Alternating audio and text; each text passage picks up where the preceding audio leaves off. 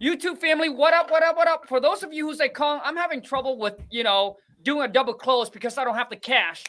I have a problem with coming up with the DM or the EMD when you're dealing with realtor where they require like a 1% or they require thousands of dollars as a earnest money deposit to actually lock the property in a contract. Also, too, is proof of funds. I get this question over and over and over again. Well, guess what, guys? Today, I'm bringing Christian on, and he is going to share with you guys exactly how we're going to solve all of those issues.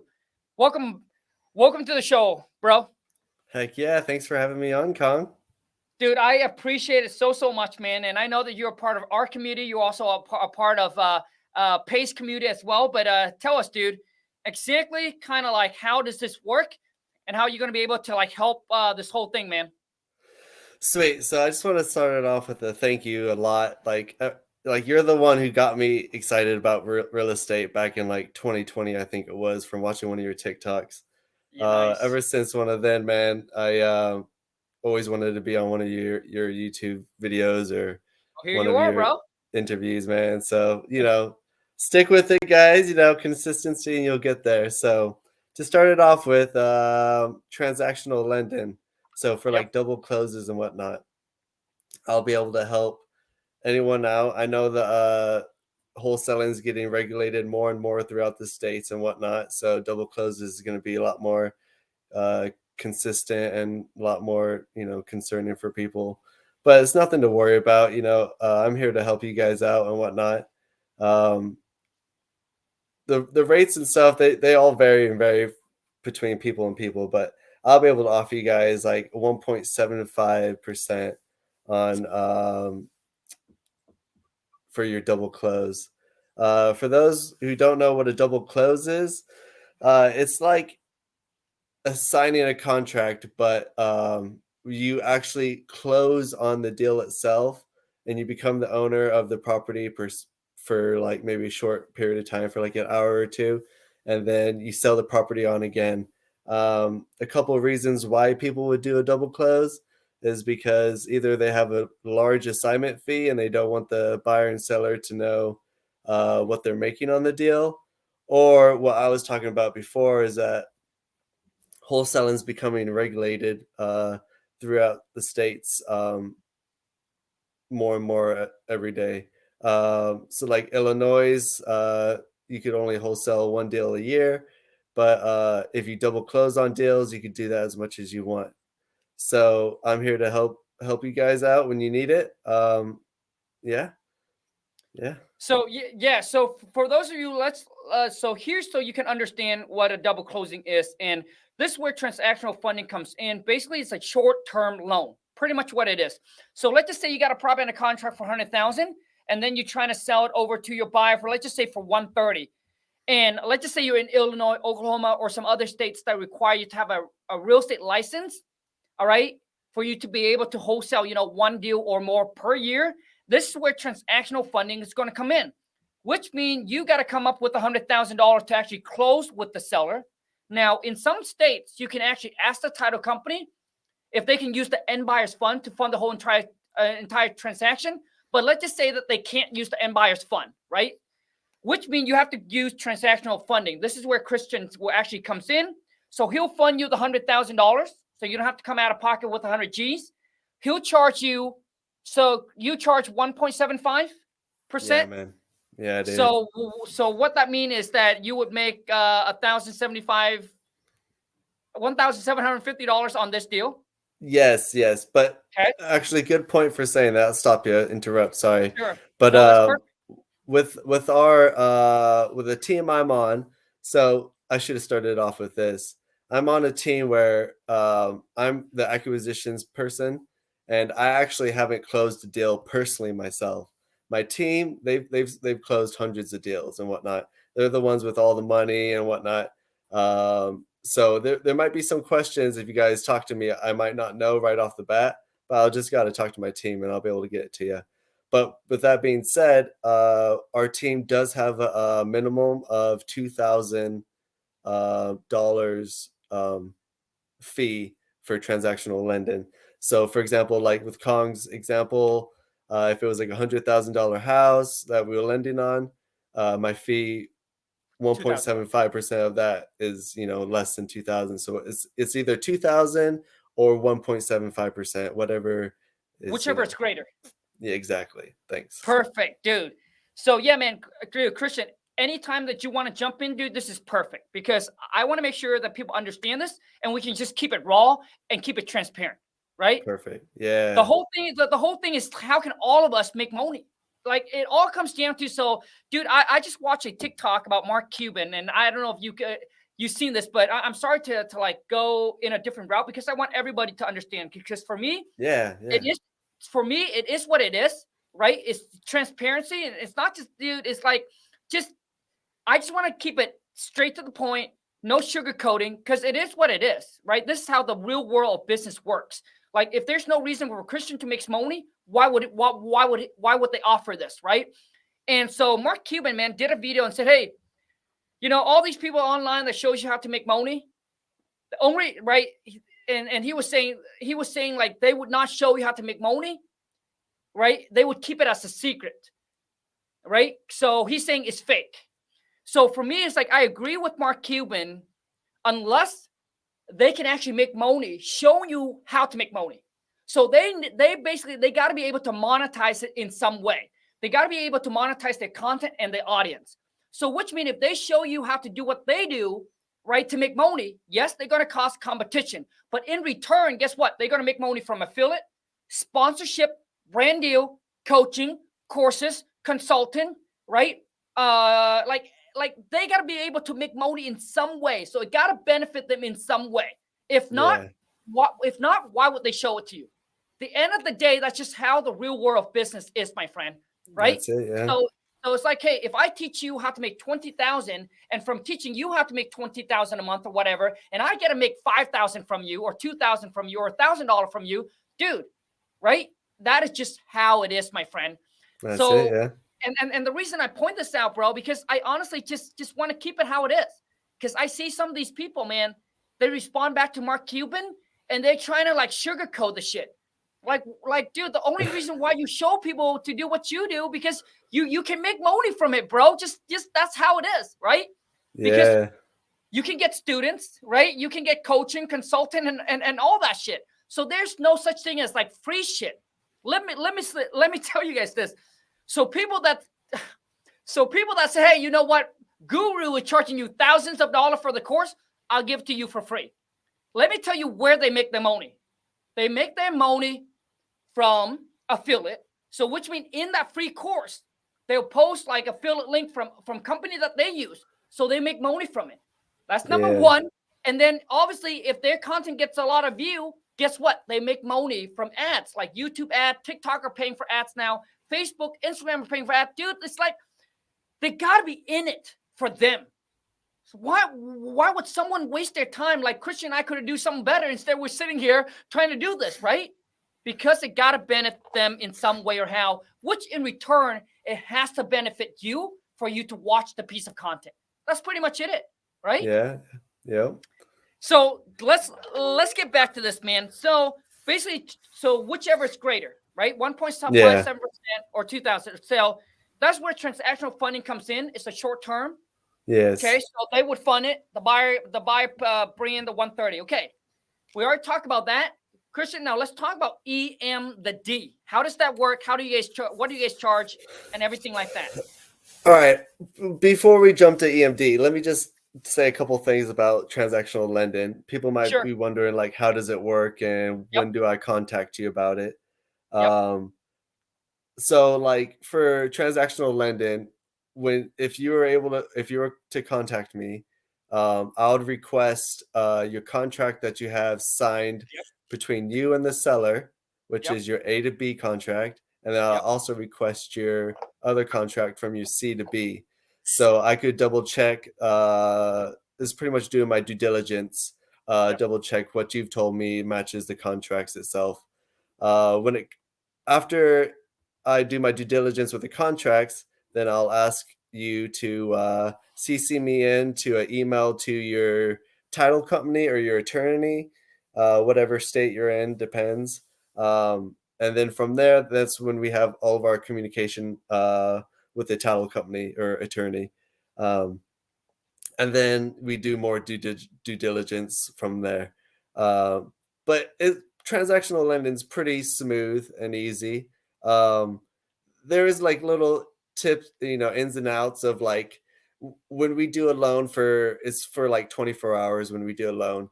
But if it's going to take longer than 24 hours, for example, my team's closed on a Monday, or we closed escrow on a Friday, and like the escrow or the title company sends out a check rather than doing a wire deposit. So we won't receive the check till Monday. So that's actually like 2 more days longer than what we agreed for, 24 hours. So when in those instances, we charge you a 0.1% extra for each additional day. It just, that's just something to keep in mind. Sometimes you can't help it, if a title company wants to send out a check rather than doing a wire deposit. But, I just want to be transparent, and like that's just how it's going to be.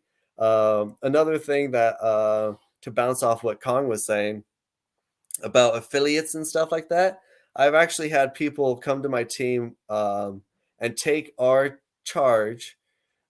Okay, so they've taken our 1.75% and actually upped it and resold it to someone else for 2.5%. So they're actually making money off of my service because they just know people that obviously I don't know, which I'm totally fine with. Like if you could do that, good on you. Like let's all make money. But there's those options too. Like if people are double closing, instead of just referring them to me, you could make it 2%. And you make a 0.25% off it, which might not seem like much, but it could add up, But yeah, I feel like that's all I got to say about transactional lending. If you have any questions, feel free to reach out. Definitely. But EMD, we could definitely get started on that. That's a little bit more complicated, but it's awesome. Yeah, so for those of you, I'll make sure I'll leave Christian links all down below for you guys to contact him. So next, let's talk about the EMD, man, because a lot of people will be like, okay, you know what? The seller's asking for whatever, right? Typically, a large EMD amount. Typically, you either dealing directly with the realtors that's dealing with, the seller. So there's a realtor in the between, or you're dealing with a seller that has the experience, right? That they've gone through the whole thing, so they know. So they ask for a larger earnest money deposit. So, and if you don't have that, Christian, how are they going to be able to get that from you, and how does that even work? All right. So, EMDs, the earnest money. So, very important thing about earnest money is that we work off the due diligence period, so the inspection period, whatever you want to call it. So, for example, if you have a 10-day inspection period, that means we have 10 days or 9 days to keep us safe to fund the EMD for you. For us to fund an EMD, we actually sign a joint venture contract. So I become part of the part of the partner on the deal itself. So that gives me the rights to communicate with the title company and to actually cancel the deal itself. The reason I'll cancel the deal is because we couldn't find a buyer in time to lock in their EMD, and that's just how I keep our money safe. So, for example, if we have a 10-day inspection period, we have to find a buyer within that time, and they have to deposit their EMD, which needs to be hard. They can't take it out because once it goes hard, then that is what secures my EMD, and then we can wait till escrow. And if they back out, obviously I'm protected because they have their EMD hard. For us to fund EMD, obviously we can't fund hard EMD because that means it's a guarantee that we won't get it back, even if the deal closes or not. So you got to keep that in mind. Another second most important thing is that a lot of states require a mutual release from the seller to release the EMD, which is not good because obviously if a seller is not in a good mood, they could hold the EMD back. But nothing to worry about because I got an awesome wholesale contract that has a line in it that says that when the seller signs a wholesale contract, they release their permission to or they give up their permission to release the EMD in case we cancel the contract, which obviously is what we need in the contract to keep us protected. But if you come to me and you don't use my wholesale contract, because Khang probably has an awesome wholesale contract himself, it's fine because I got addendum that we could send out with the you. thing is, Christian, we also have that in our wholesaling contract. Nice. Yeah, because in Washington states, the seller will have to sign off. So when I first started out, I ran into that issue, so we add that into the contract. Oh, that's so good to hear. Sweet. If you're not using Kong's amazing contract or my contract, we still got addendum that I could Cool. send to you. You could get the seller Nice. to sign. Nice. But I mean, like that's part of our due diligence as well. You know, we'll make sure that's sorted out with your contract and whatnot. Okay. Another thing to I need to mention is that even if you get that signed with the contract with the seller signing that contract, I still need to confirm with the title company that they're gonna recognize that pre-signature and they're gonna follow the rules for it, because sometimes you might have to sign a different piece of paper regarding the state and whatnot. So yeah, that's just um, a little bit about the EMD part of it. For what we charge, I try to keep it pretty low. If it's like a 0 to 5,000 dollar EMD, we charge just like 2,000 for that. And if it's like 5 to 10,000, we charge about 4,000 to do it for that. If it's bigger EMD, which is totally possible, it's on a case by case basis. So just send a message and see what you have. Like my team the other day actually funded a $2 million EMD, $2 million EMD. But Dude. like a lot of due diligence has to happen Right. for something like that. But yeah, no, it worked out good for them. So yeah. So on a 2 million, how much your team would charge?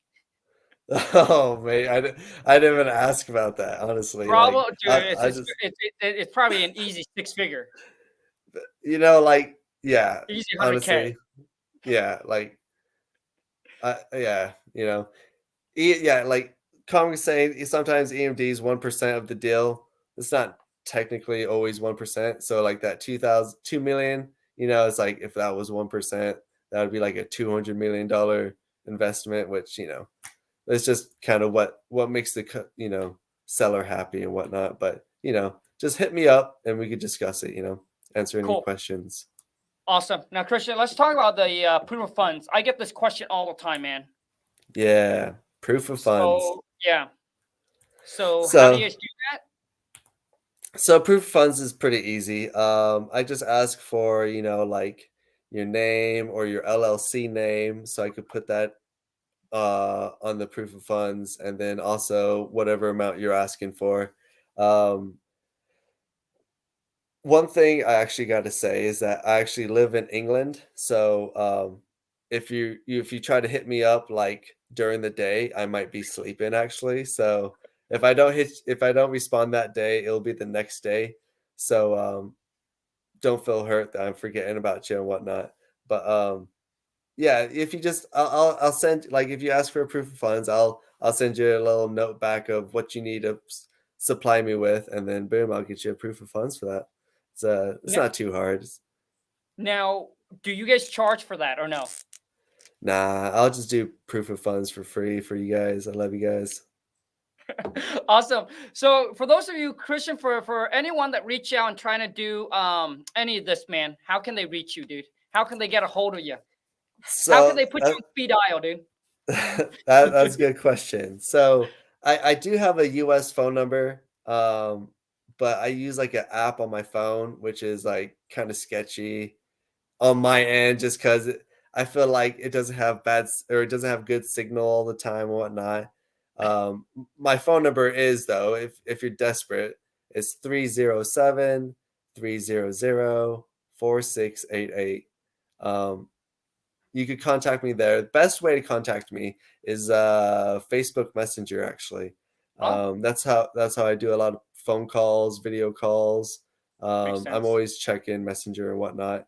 My Facebook name or whatever is Christian Struna.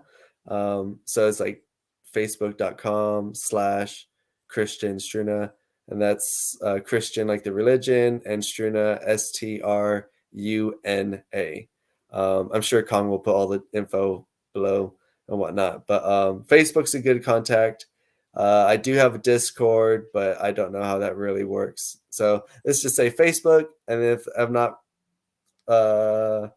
returning messages, which would be rare, or if you're desperate, you can send me a text too. If you don't have Facebook, you can send me a text. I'll definitely reply back. But if I do a phone call and stuff, it might just be a little, laggy and whatnot. So it is what it is. So yes, I'll make sure I put all the link right below so you guys can contact Christian. So Christian, dude, any last word, anything else you want to say to the audience, man? I had something on my mind. Take your time. Yes. So one thing I forgot about double closes, a very, very big thing. If any of you guys are selling for hedge funds or anything like that, they don't like assignments they don't like wholesalers selling them deals. You actually do have to do a double close for hedge funds. So that right there is a hurdle that you don't really have to jump no more, because you got me. I love it, man. Anything else that you want to say, man? Probably not. Other than let's go get this money. You guys, Christian, I appreciate you guys. I appreciate you so much, man. I'll leave all the link below for anyone that want to reach out to you, dude, and look forward to doing some business together. Heck yeah, Khang. Definitely. Thanks for having me on, man. Later, bro. Thank you, dude. So anyways, you guys, that's all the information that I got for you today. Once again, I don't take any cut, anything. I'm just bringing Christian on. He is part of he's part of my community, and also he's part of Pace community as well. And I just want to bring him on to provide you guys value, because this is something that a lot of you have been asking me about. And here is your guy. Anyways, I hope you enjoy this. For those of you listen up that you're new into the game, you're starting out, you're like, Khang, I don't know where to start. Guess what, my friend? And you're asking me for the book. I just recently launched my book. Well, not recently, but it's been like about 2 months now. Bestseller on Amazon. We have over 260 5-star review on there. The Secrets to Wholesaling Real Estate, completely virtual with just a laptop, a phone, and internet. You can do this, my friend, from anywhere in the world. I literally lay out everything for you that you need to know to get started. So let me break it down for you really quick here. Chapter 1 is how to find motivated seller. Chapter 2, how to virtually wholesale, which means how to close your first wholesale deal virtually. Chapter 3, how to skip trades. Chapter 4, how to make an offer. Chapter 5, how to negotiate like a pro. Chapter 6, how to find cash buyer. Chapter 7, how to find the title company to close your transactions. Chapter 8 is your mindset. Without a proper mindset, my friend, you're not going to win this game or any other business that you're trying to do. Chapter 9 is how to grow, scale, and escape your wholesaling operation. Break down my 6-figure a month wholesaling operation just for you. And I'll leave chapter 10 up for you to find out. If you want to get a copy, go to WTMbook.com. If you have Kindle, you can download it for free. All I want from you is that, listen, all right? If you can drop me a review on Amazon, it will mean the world to me. That's all I ask for. The info's there. The choice is yours. I appreciate each and every single one of you that's here. I hope this video does add some value to you. Until next time, take care, and let's go get this money.